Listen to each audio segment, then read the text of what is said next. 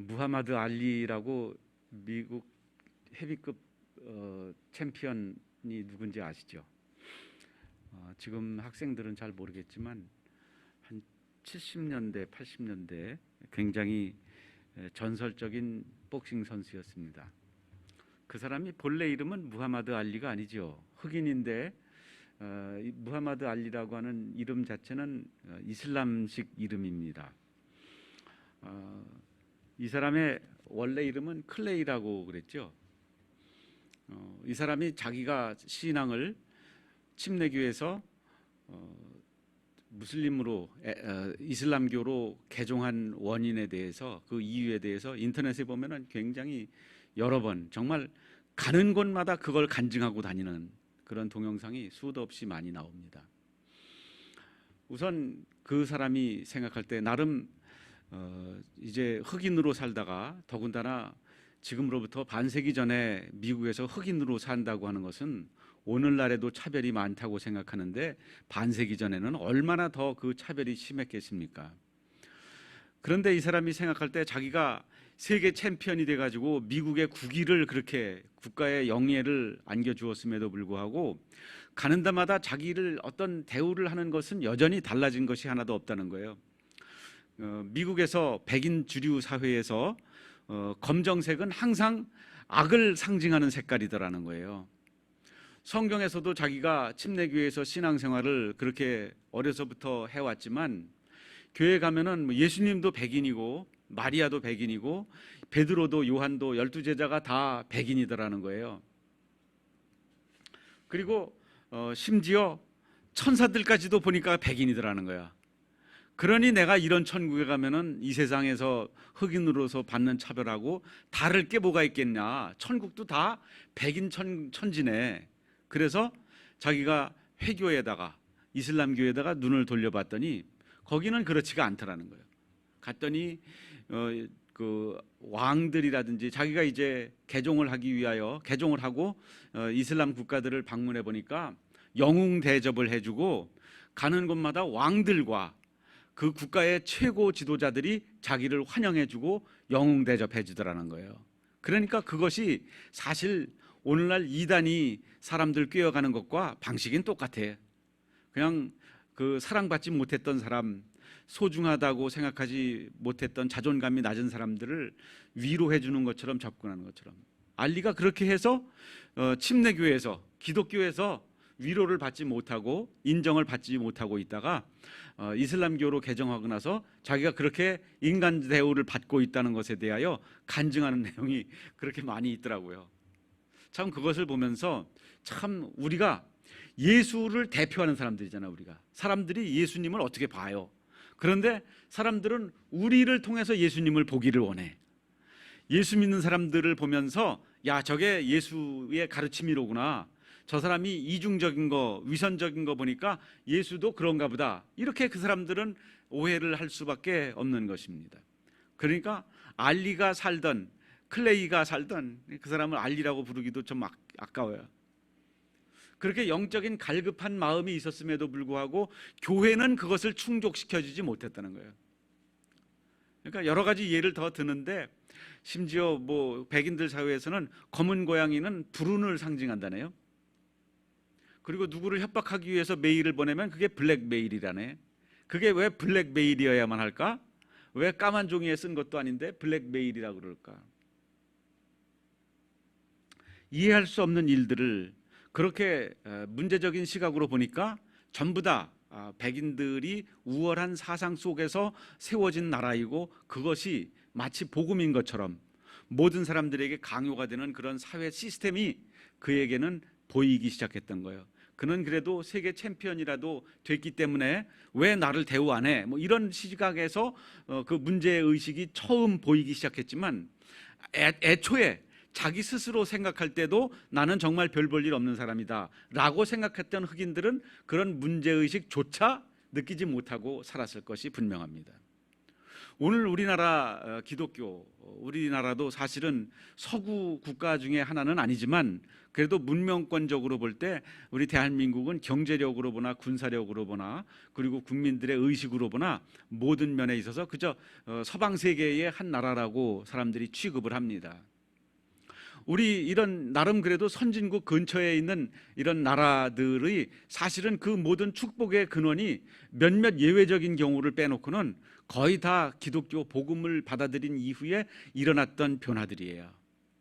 그런 걸 보면은 사실 우리나라가 지금 이렇게 살기 좋은 나라가 된 것, 모든 나라 사람들이 부러워하는 나라가 된 것은 복음 때문인데, 우리가 기독교 신앙 때문에 이렇게 잘 살게 된 것이라고 말할 수 있는데, 그러면 과연 기독교 신앙이 우리 이 세상의 삶에 무슨 영향을 지금 미치고 있나 생각해 보면은 역시 서운해하는 사람들이 참 많을 수밖에 없는 그런 구조적 모순 속에서 우리의 신앙이 대단한 것처럼 여겨지고 살고 있습니다.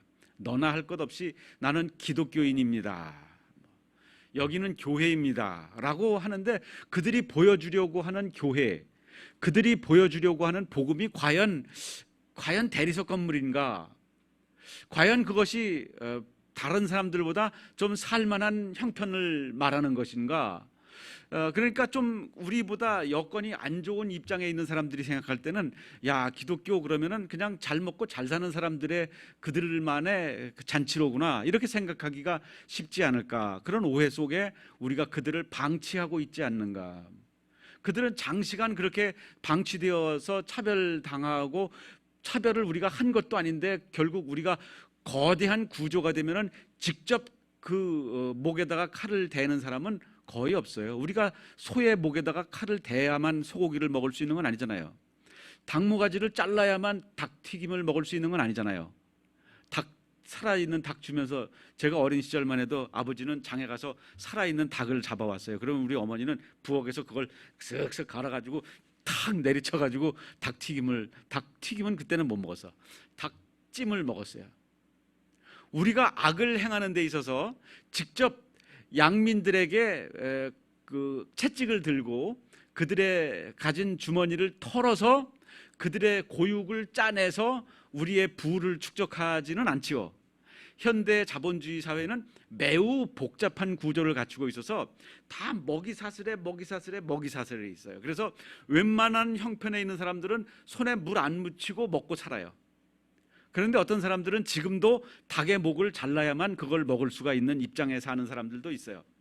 직접 돼지의 목을 따서 그 비명소리를 듣고 나서야 돼지고기를 먹을 수 있는 사람들도 있다고, 지금도.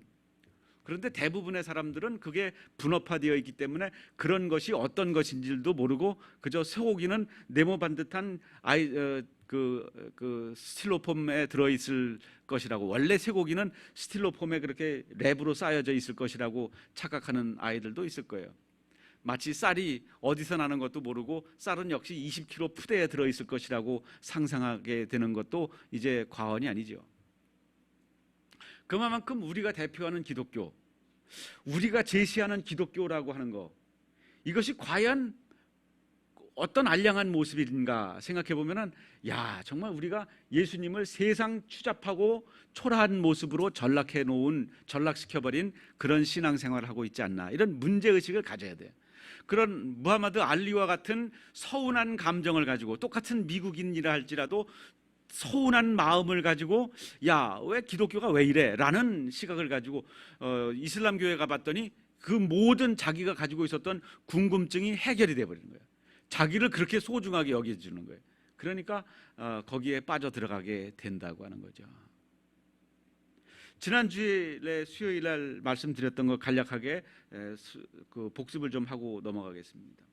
구원을 인간의 차원에서 우리가 너무 생각하지 않나. 내가 그때 예수님을 믿기를 잘했지, 내가 그때 복음을 듣기를 잘했지, 내가 그때 그곳에 가기를 잘했지, 안 갔으면 어떻게 될 뻔했나, 내가 그 사람을 만나기를 잘했지, 선택을 잘했지 내가. 정말 나는 정말 훌륭한 선택을 했어. 그래서 우리가 복음을 믿고 하나님의 자녀가 된 게 아니라는 거예요. 이미 하나님께서는 전적으로 하나님의 그 특별하신 은혜로 창세전에 우리를 선택하심이 있었고, 하나님께서 우리를 구원하시기로 작정하셔서 하나님의 아들을 보내기까지 이미 계획하셨고, 하나님의 은혜를 우리에게 베풀어 주셔서 우리가 믿게 되었다 이거죠. 2장 1절에 보면은 우리의 상태가 어떤 상태였느냐면은 허물과 죄로 죽어 있었던 상태였는데, 근데 우리를 살리셨다고 분명하게 말씀하고 있잖아요. 하나님이 구원을 먼저 시작하셨다. 하나님이 그 위대한 작업을 먼저 시작하셨다고 하는 사실을 우리는 은혜로 받아들여야 합니다. 내가 뭘, 역시 믿음이라고 하는 그 행위가 있었기 때문이라고 하는데, 그 믿음 자체도 오늘 19절 말씀에 보면은 너희 마음의 눈을 밝히셔서 그의 부르심의 소망이 무엇이며 성도의 안에서 그 기업의 영광의 풍성함이 무엇이며, 19절에 그의 힘의 위력으로 역사하심을 따라 믿은이에요.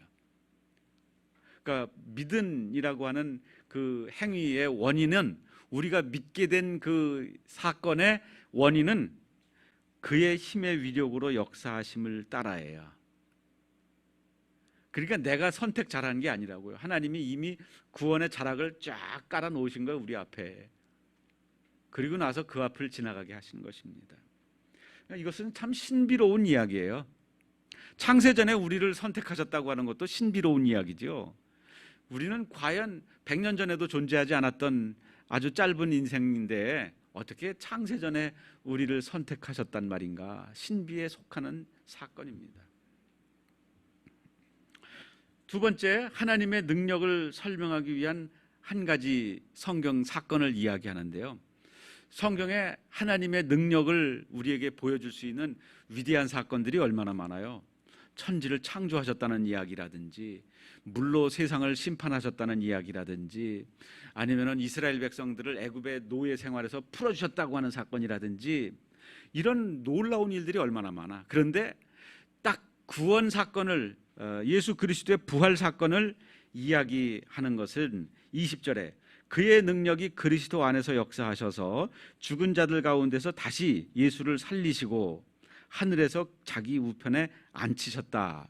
이것은 예수님의 부활 사건을 아주 긴 이야기를 짧게 축약해 놓은 거잖아요. 그러니까 성경에 나오는 하나님의 능력을 보여주시는 엄청난 사건들이 많이 있는데, 그 중에 단 하나를 꼽으라 그러면은 예수 그리스도께서 오셔서 죽으시고 부활하셔서 지금 하나님의 우편에 앉아 계시다. 이 사건이 가장 큰 사건이라는 거예요. 왜냐하면은 이 사건은 인류 역사의 최종 결말까지도 그 안에 품고 있기 때문에 그렇다 이거죠. 왜 그러냐? 우리 눈에 보기에 불합리한 일들이 얼마나 많아요. 악한 사람들이 더 떵떵거리고 잘 사는 이야기가 얼마나 많아요. 그런데도 불구하고 하나님이 세상을 주관하신다고? 선이 이긴다고? 봐라, 세상에 온통 악이 이기는 것밖에 없지 않느냐. 반칙하지 않으면 살아갈 수가 없는 게 이 세상 아니냐. 이것이 우리가 보통 경험하는 이야기예요. 그런데 예수 그리스도의 부활 사건은 우리에게 무엇을 말해주느냐? 결국 하나님께서 세상의 모든 악을 심판하시고, 알곡은 곳간에 그리고 쭉정이는 불에다 태우실 것이다, 이렇게 말씀하시는 것. 그리고 그 결국에 가서 요한계시록에까지 그 모든 이야기들이 하나님께서 모든 사탄과 그 쪼무라기들을 무저갱에다가 던지시고 영원히 타는 불못에 던지실 것이다. 거기에 세상의 모든 악인들도 함께 던져질 것이다. 원래는 그것이 마귀를 심판하기 위한 불구덩이였었는데 믿지 않는 자들도 다 그리로 집어던지실 것이다. 이런 성경의 결말이 예수 그리스도의 부활 사건을 통해서 하나님께서 보여주시고 예언하시는 이들이라 이거죠. 그러니까 우리가 하나님의 능력을 생각할 때 생각해낼 수 있는 가장 큰 사건은 뭐라고요? 성경의 많은 사건 중에서 뭐라고요? 예수 그리스도의 부활 사건이라고. 그러니까 세상에서 속상한 일들이 많을 때 우리가 생각해야 되는 것은 결말은 이렇지 않을 것이다. 그것에 대한 확실한 믿음이에요. 이게 전부는 아니다라고 하는 거. 나는 왜 이렇게 병약한가? 나는 왜 이렇게 가난한가? 나는 왜 이렇게 머리가 나쁜가? 나는 왜 이렇게 하는 일마다 잘 안 되나? 이런 모든 일들에 대한 결말, 그 결말은 하나님께서 모든 사망까지도 멸하시고 더 이상 죽음이 없는, 더 이상 아픔이 없는, 더 이상 갈등과 전쟁과 두려움이 없는 그런 곳으로 우리를 이끌어 가실 것이라고 하는 그런 역사의 최종 단계를 우리가 보게 되는데, 그것은 바로 예수 그리스도의 죽으심과 부활이 우리에게 보여주고자 하는 내용이다. 그것이 지난 수요일 날 말씀드렸던 내용이에요. 그러면 우리는 그 불행한 원인이 뭐냐? 그럼에도 불구하고 성도가 세상에서 불행한 삶을 사는 이유는 뭐냐? 사탄에게 굴복하기 때문에요. 하나님은 사탄을 이미 창세기 3장에 그 여자의 아들이, 여자의 후손이 뱀의 머리를 상하게 하신다고 하는 예언이 말씀한 것처럼 마귀는 이미 머리가 짓밟힌 상태예요. 최후의 발악을 하고 있을 뿐이라고. 근데 우리는 거기에다가 굴복하고 있어요. 그러면 하나님이 보시기에 얼마나 안타까워요. 그래서 우리는 하나님의 능력이 예수 그리스도를 믿고 나서, 하나님 저에게 능력을 주십시오, 하나님의 능력으로 저를 보호해 주십시오, 나를 지켜 주십시오, 그것이 물론 소중한 믿음이지만 우리가 예수님을 믿기 이전서부터 하나님은 이미 그 능력을 나의 인생 가운데 행사하고 계셨다, 그것을 우리가 알아야 된다 이거죠. 그리고 하나님의 능력을 나에게 부어주소서, 나에게 부어주소서, 이렇게 어디 나의 바깥에 있는 능력을 사모할 것이 아니라 이미 너희 안에 부어주신 그 능력을 사용하라 이것입니다. 그래서 19절에 그의 힘의 위력으로 역사하심을 따라 믿는 우리에게 베푸신 능력의 지극히 크심이 어떠한 것을 너희로 알게 하시기를 원하노라. 이게 지난 주일날은 기도 제목 3가지 중에서 1가지, 2가지만 말씀드렸죠.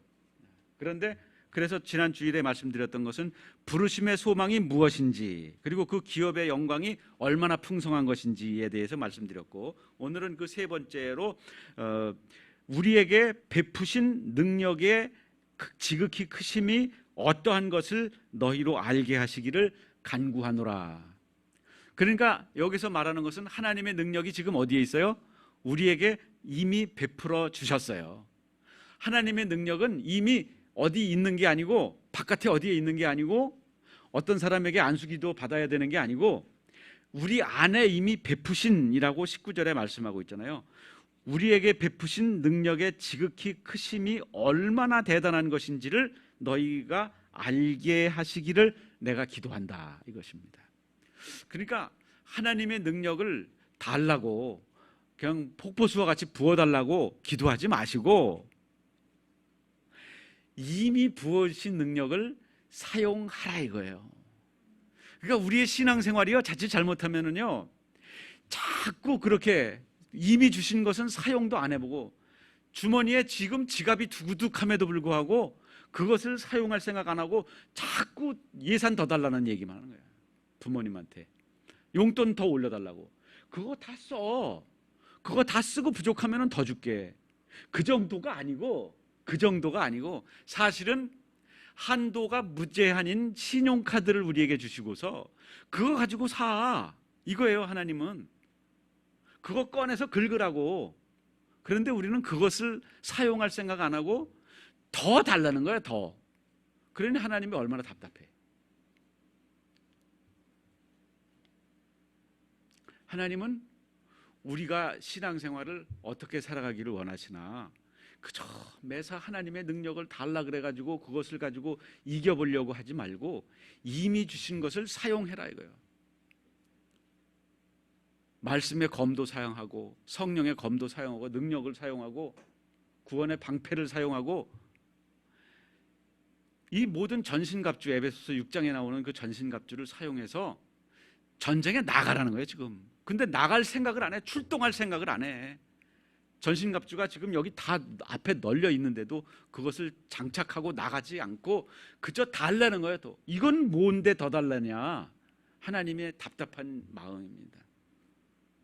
오늘 본문에 바울의 세 번째 기도 제목은 하나님의 능력과 관련된 것인데, 첫 번째로 우리가 신자된 것은 하나님의 능력이 역사하신 결과입니다. 이것을 우리가 알 수 있는 것은 고린도전서 2장 14절 참고구절 첫 번째 구절에 보면은 육에 속한 사람은 하나님의 성령의 일들을 받지 아니하나니 이는 그것들이 그에게는 어리석게 보임이요 또 그는 그것들을 알 수도 없나니 그러한 일은 영적으로 분별되기 때문이다. 여기서 육에 속한 사람, 즉 이 세상 사람, 자연인을 말하는 거예요. 이 자연인은 하나님의 말씀을 들려주면은요 세상 어리석은 소리로 알아들어요. 참 답답한 소리 하지 마. 나 시간 없다. 나 바쁘다. 내가 얼마나 행복한 사람인지 아니. 난 네가 더 걱정이다. 이러면서 복음을 거부한단 말이에요. 그렇기 때문에 우리가 신자가 된 것은 하나님의 능력으로 우리를 토목 작업을 해주셨기 때문에 하나님의 말씀을 알아들을 수 있게 된 것입니다. 이 세상 사람들은 거짓된 관점들을 좋아해요. 허탄한 이야기들을 좋아해요. 사실 요즘 어떤 매스컴이든 어떤 광고든요, 성공하는 광고들은요 거기에다가 스토리를 입혀. 저는 한 30년 전에 그 직장의 일로 해외 출장을 많이 다녀봤는데, 특히 일본에 가서 느낀 것은 그때 30년 전이면은 일본 그러면은 모든 것이 우리나라의 지금의 모습이 거기 있었어요. 지금 우리한테 당연한 게 거기 있었어요 이미. 특히 택배 같은 게 그랬어요. 다큐빈이라고 일본 말로 다큐빈이 뭔가 그랬어요. 특급 편이라고 쓰고서 다큐빈이라 그래요. 그런 택배 시스템이 있더라고. 야, 세상에 그런 시스템이 다 있나. 일본에 있던 모든 것들이 지금 우리나라에 있고 심지어 우리가 일본을 앞지른 것들도 많이 있어요. 근데 일본의 관광지에 가서 보면, 일본의 모든 곳에 가서 보면은요 별거 아닌데 거기에다가 스토리를 입혀놨어요. 여기는 뭐 도쿠가와 이에야스가 와서 뭘 한 곳이래. 보면 아무것도 아니야. 그냥 샘물일 뿐이야. 우리 전동면에 가면 뭐 세종대왕이 무슨 뭐 피부병이 나은 물이 있다고 그러는데 그 물이 좀 나아요? 가서 먹어보진 않았는데 거기에다가 스토리를 입혀놓으니까 사람들이 오잖아요. 근데 그 스토리가 어때요? 대단해요? 허탄한 이야기들에 불과해요. 그게 사실인지 증명할 방법도 막연해요. 이 세상의 모든 사람들은 허탄한 이야기에 귀를 기울이기를 좋아해요. 그냥 감동적이기만 하면 돼. 그 스토리를 입혀놓는데 입혀놓은 스토리 자체가 거짓이라니까. 그럼에도 불구하고 거기에 사람들은 매료돼요. 그게 뭐예요? 매일 드라마 보고 영화 보는 게 그거잖아요. 드라마하고 영화도 사실은 유익한 면도 많이 있어요. 거기에서 우리가 교훈을 얻기도 하죠. 우리가 언제 그런 세계를 경험해 볼 수 있겠어요? 그런 것들을 보면서 같이 공감대를 가지게 되고 같이 문제의식을 느끼게 되고 같이 교훈을 얻어서 야, 우리도 이렇게 살아보자, 또는 우리는 이렇게 살지 말자, 이런 좋은 교재가 될 수도 있죠. 그런데 공통점은 세상은 결국 허탄한 스토리에 매료되기 좋아한다 이거예요. 그럴듯하기만 하면은 그냥 다 용납이 되는 것입니다. 그리스도인이 된다고 하는 것, 예수 그리스도를 믿어 죄 사함을 받고 하나님의 자녀가 된다고 하는 것, 이것은 그들에게 세상 없이 어리석고 자기가 스스로 약하다고 하는 것을 나타내는 것이고 감상주의이고 그리고 지성과 논리를 포기한 행위라고 생각을 해요. 너는 어떻게 그런 일을 믿니? 어떻게 하나님의 자녀가 되고 그리고 어떻게 천국에 가느냐? 그것이 어디 있는, 지옥이 어디 있느냐? 하나님이 있으면 내 눈앞에 보여달라. 그래서 그런 복음의 이야기는 지성을 포기한 말처럼 그들에게 여겨집니다. 그래서 그들은 하나님을 겨우 알더라도, 그들이 겨우 어떤 신앙의 대상을 찾는다 그러더라도 하나님을 금수와 버러지와 같은 형상으로 만들어 놓았다고 로마서 1장에서 말씀하고 있죠. 그리고 더 나아가 심지어 하나님을 믿게 된 단계까지 정말 대단해서 하나님을 찾아서 믿게 되었다고 하는 그 단계까지 올라온 사람도 심지어 하나님은 재물을 더 좋아하시는 분이다. 예레미야 시대, 이사야 시대 유대인들의 신앙이었던 거죠. 하나님을 찾았어요. 얼마나 대단해요. 그 정도면. 그런데 그들이 찾은 하나님은 겨우 그 중심보다 재물을 더 좋아하시는 분이다. 그러니까 세상에 악한 짓을 다 하고서도 와가지고 머리 뒤밀고 축복을 주옵소서 하는 그런 신앙이니, 마치 오늘날 21세기 대한민국의 기독교와 같이 세상 사람들이 볼 때 뻔뻔하기 그지없는 신앙생활들을 하고 있는 거죠. 그러니까 하나님이 불신자보다도 더 못하게 여길 수밖에 없는 것입니다. 현대인은 창조를 부정하는 식의 논리는 어떤 것이든지 지지를 해요. 하나님을 까는 식으로, 기독교를 무시하고 기독교를 부정하는 식으로 어떤 이론을 발표해봐요. 그런 소설을 써보고 그런 과학 논문을 써봐요. 그러면 사람들이 주목해줘요. 그런데 세상 없이 좋은 이론을 만들고 세상 없이 좋은 논문을 썼어도 창조론을 이야기하는 것처럼 거기에 한 구절만 써봐. 서두에다가 그 모든 감사의 글에다가 나에게 이 모든 지혜를 주신 하나님 아버지께 감사드린다는 말을 맨 앞에 그 써봐 한번. 논문에 그런 거 쓰거든요. 그러면 그 뒷장은 읽어보지도 않아 사람들이. 이건 과학이 아니다, 이건 학문이 아니다 이렇게 여겨버리니까. 세상은 그렇게 허탄한 이야기를 좋아합니다. 그러므로 우리가 신자가 된 것은 세상의 기적 중에 기적인 것입니다. 여러분이 예수 믿고 구원받아 하나님의 자녀되고 천국의 상속자가 된 거, 이거는 세상에 여러분들이 전교에서 1등하는 것보다 더 어마어마한 기적이에요.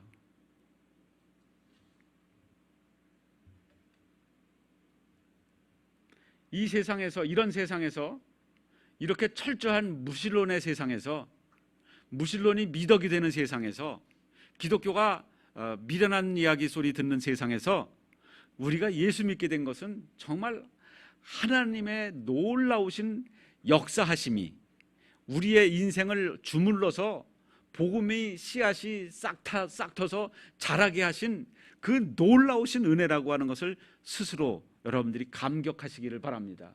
감탄하시기를 바랍니다. 이런 기적이 어디 있어? 이런 로또가 세상에 어디 있어? 이런 축복이 어디 있냐고.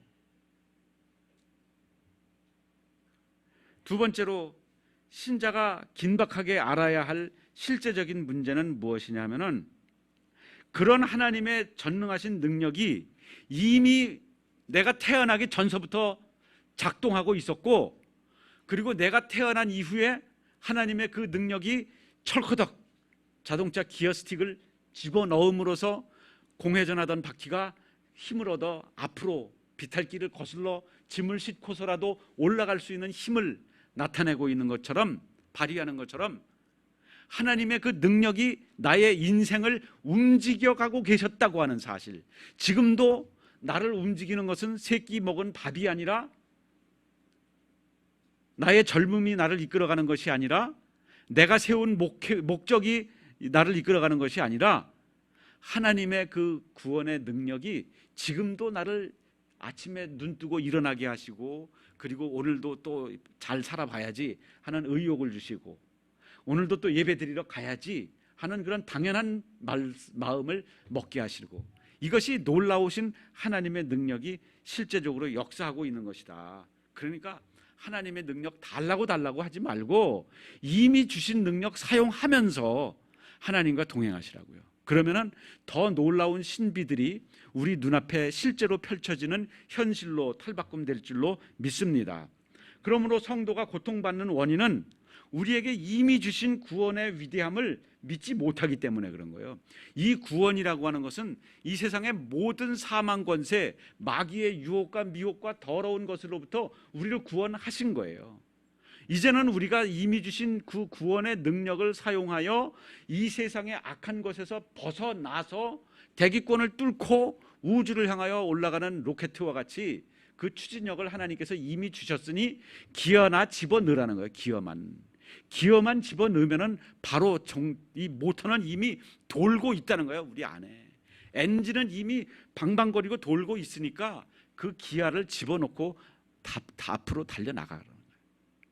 그것을 믿지 못하기 때문에, 그 구원의 능력을 믿지 못하기 때문에 오늘도 마귀 앞에서 마귀는 지금 죽어가면서 마지막 그 발작을 하고 있는 거거든요. 근데 그 앞에서 굴복을 해? 세상에 굴복할 데가 없어서 죽어가는 놈 앞에서 굴복을 해?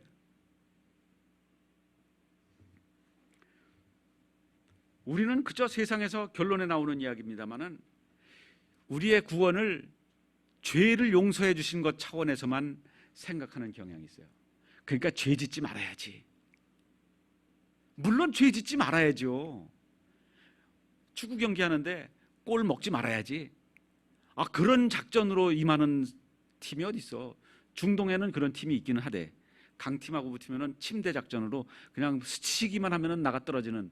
그래서 시간 지연시켜서 결국은 비기고 최종적으로는 페널티킥. 그거는 확률 싸움이니까 실력 싸움이 아니고.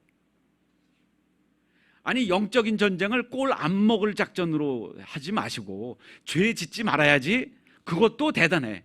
죄를 짓지 말아야지 하는 것도 대단한데 그 정도로 만족하지 말고 이미 내 안에 주신 능력이 지금 내 인생 가운데 하나님의 엔진이 방방 돌아가고 있으니 그냥 악셀에다만 밟으면 간다니까. 그래서 죄를 짓지 않는 차원에서 끝나지 말고 이미 우리 안에서 역사하시는 하나님의 크신 능력이 있다고 하는 것을 인식하라는 것은 알아차리라고 하는 거예요. 알아차리고 그것을 사용하라. 그러니까 죄를 짓지 않으려고 하지 말고 선을 행하라. 이게 바리새인의 종교와 예수님의 종교의 차이점이었죠. 바리새인들의 종교는 죄를 짓지 않기 위해서 안식일에는 그저 아무것도 안 하는 거. 예수님은 아무것도 안 하려고 하지 말고 적극적으로 선을 행해라. 그러니까 마태복음 25장에 나오는 달란트 비유에서 한 달란트 받았던 자가 예수님의 책망을, 주인의 책망을 들은 이유 자체는 그게 얼마나 소극적인 개념에서는 충성스러운 모습이에요. 그래도 잃지는 말아야지. 이거 주인이 맡겨준 건데 잃어버리지는 말아야지. 그것만 해도 얼마나 대단해. 그래가지고 하나 맡기신 거 하나 도로 가져왔습니다. 그런데 그 주인은 어떤 주인이냐? 그걸 사용해서 사업을 했어야지. 그런데 이 사람의 생각은 뭐예요? 사업하다가 망하면요. 그거거든요. 그런데 마태복음 25장에 나오지는 않지만 혹시 사업하다가 망했으면 어떻게 됐을까? 그러면 주인이 뭐라 그랬을까? 그러면은 저는 시간을 연장해 줬을 거라고 생각해. 여기 한 달란트 더 있으니까 이거 가지고 한번 만회해봐라. 지난번에 이것 때문에 실수했으니까 요거는 좀 피해서 이렇게 해봐라. 이렇게 지도해 주시면서 기회를 연장해 주셨을 거예요. 앞에서 말씀드렸습니다마는 최종적으로 실패할 성도는 없습니다. 왜? 하나님께서 이미 마귀를 무찌르셨으니까. 사망까지도 하나님께서는 더 이상 성도를 괴롭히지 못하도록 사망까지도 사망시켜 버리셨으니까 최종적으로 실패할 성도는 없어요. 그러니까 우리가 포기하지 않고 끝까지 성도로서의 삶을 내가 살아내겠다. 왜? 하나님이 이미 엔진의 시동을 걸어주셨으니까, 연료를 무한하게 공급해주고 계시니까 이제 나는 악셀에다만 밟으면 가는 것은 분명하니까. 근데 악셀에다를 밟지를 않고 있네. 전기 스쿠터처럼 밟기만 하면 그냥 가는 건데, 클러치도 없이 그냥 밟기만 하면 가는 건데 그거를 못하고 있는 거예요. 그러므로 우리가 고통을 받는 것은 우리에게 이미 주신 구원의 위대함, 그것이 얼마나 위대한 구원, 어느 정도까지를 우리를 건져내신 건지에 대해서 생각하지 않고 있기 때문에, 우리에게 이미 주신 그 안에서 주시는 그 능력이 얼마나 큰 것인지에 대해서 상상도 하지 않고 있으니까 그것을 사용도 못하고 또 능력을 안 주셔서 일 못했다고 그러는 거야. 왜 주신 거 사용 안 하고 더 능력을 달라고 그러냐고. 그래서 성도는 그것을 긴박하게 우리 안에 베푸신 구원의 능력을 사용해야 하는 것입니다. 구원을 그저 죄사함의 차원에서 골 안 먹는 거 차원에서 생각하지 말고 용감하게 중앙선을 타프라인을 넘어서 적진 깊숙이 들어가 그냥 드리블 해가지고 패스해가지고 집어넣을 생각을 하라고. 세 번째, 우리 안에서 역사하는 하나님의 지극히 큰 능력을 아는 것이 그렇게 중요하다고 하는 것입니다. 요한일서 2장 15절에서 말씀하는 것처럼 세상은 그렇습니다. 그렇게 위험한 곳입니다. 우리 자신의 육신에 대해서도 싸워야 합니다. 우리는 세상과도 싸워야 하고 세상의 모든 안목의 정욕과 이성의 정욕과 이런 것들과도 싸워야 되지만 우리는 우리의 육체의 소욕과 싸워야 돼. 우리에게는 옛사람이 아직도 남아 있으니까 이 육체 껍데기는 옛사람이에요. 이거 구원받기 전서부터 입고 다니던 거라고. 이거 가지고 태어났고 이거 가지고 살아가고 있는 거라고. 그러니까 여기에다가 소망을 두지 말고 옛사람과 새사람이 우리 안에 싸우는 데 있어서 성령의 소욕을 따라가는 일을 위하여 여러분들의 모든 에너지를 사용하시라 이것입니다. 마귀의 능력을 과소평가하지 마십시오. 마귀는 우는 사자와 같이 믿는 자들도 삼키기 위해서 두루 삼킬 자를 찾아다닌다고 베드로전서 5장 8절에서 말씀하고 있어요. 성경에 우리에게 주신 그 구원이 얼마나 대단한 것인지 참고구절 가운데 고린도후서 5장 1절, 요한일서 4장 4절, 유다서 1장 24절에서 25절에 분명히 말씀하고 있어요. 이런 말씀들은 로마서 8장에도 나오고 있고 요한복음 17장에도 나오고 있고 우리에게 이미 주신 그 구원이 얼마나 확고한 것인지에 대해서는 우리가 눈만 열어 어느 페이지를 보더라도 그 증거들이 나타나고 있습니다. 이제 결론적으로 말씀드립니다. 우리는 마귀와의 싸움 가운데에서 마귀가 대단해요. 얼마나 대단하냐면은 이 우주 가운데 하나님 다음으로 힘센 게 마귀예요. 근데 우리는 마귀를 무시하면 안 돼요. 우리가 예수 그리스도 안에 들어가 있을 때만 마귀를 무시할 수 있지, 예수 그리스도 안에 들어가 있지도 않으면서 너 나와봐 그랬다가는 백전백패할 수밖에 없어요. 죄의 용서를 받아서 더 이상 죄를 짓지 않는 차원에서의 신앙생활에 그치지 말고 이미 우리 안에서 역사하시는 하나님의 크신 능력이 있음을 깨달으시고 그것을 사용하는 쪽으로 방향 전환을 하십시오. 그러면은 우리의 신앙생활이 훨씬 더 승리하는 확률이 높아질 것입니다. 그래서 오늘 말씀의 제목, 바울이 에베소 교회를 위하여 기도하였던 세 가지, 그들이 성령의 인치심을 받았고 하나님의 자녀가 되었음에도 불구하고 바울은 계속해서 그들을 위하여 기도하는 것은 너희를 부르신 그 부르심이 얼마나 대단한 소망인지를 알아라. 그리고 너희들에게 상속해 주신 그 기업이 영광이 얼마나 영광스러운 것인지를 알아라. 그리고 너희 안에 베풀어 주신 하나님의 능력이 얼마나 대단한 것인지를 알아라 이거예요. 그런데 우리가 기독교를 대표하는 게 겨우 쪼잔하게 인색한 게 기독교야? 그저 술 안 마시고 담배 안 피는 게 기독교야? 그저 그냥 악착같이 내 거는 안 쓰고 남의 것만 얻어먹으려고 그러는 게 기독교야? 그저 다른 사람 무시하고 나는 정말 구원받아서 잘났다라고 생각하는 게 기독교냐고. 그러니까 우리 주변에 수많은 알리가 있어요. 수많은 알리가 저 알량한 기독교, 이기적인 기독교, 편협한 기독교, 나는 기독교는 싫다. 기독교가 그저 정치인들을 모함하고 이 사람 저 사람 군중 집회 끌고 다녀서 방역을 방해하는 게 기독교냐고. 그런 건 아니잖아요.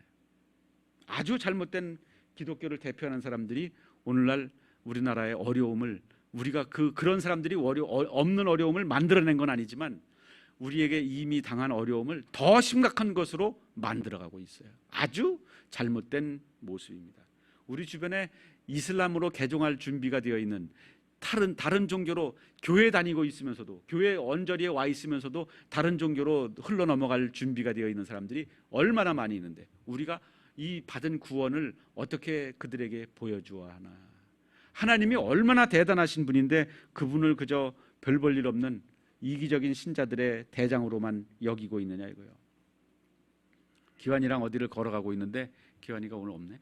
기환이가 주 하나님, 아니 주님의 높고 위대하심을 그 찬양을 부르더라고요. 그 어디 숲속에선가 그런 이야기를 하는 거, 노래를 부르는 걸 봤어요.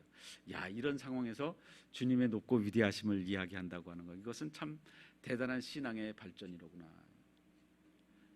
기환이 이야기하기 딱 좋은 애 없으니까. 기환이가 언제부턴지는 잘 모르겠는데 한 1년은 넘은 것 같은데 일주일에 7번 매일 큐티를 합니다.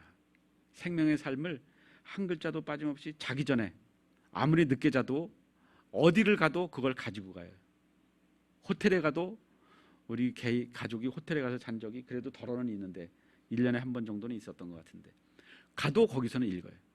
그걸 가지고 다녀요. 하나님의 말씀을 이해를 하기는 참 어려운 것 같아.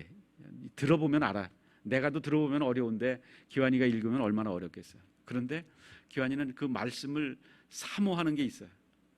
그러니까 디모데후서 3장 16절 모든 성경은 하나님의 감동으로 된 것으로 교훈과 책망과 바르게 함과 의로 교육하기에 유익하다고 하신 말씀이 언젠가는 기환이의 삶에 이루어질 줄을 저는 확신해요.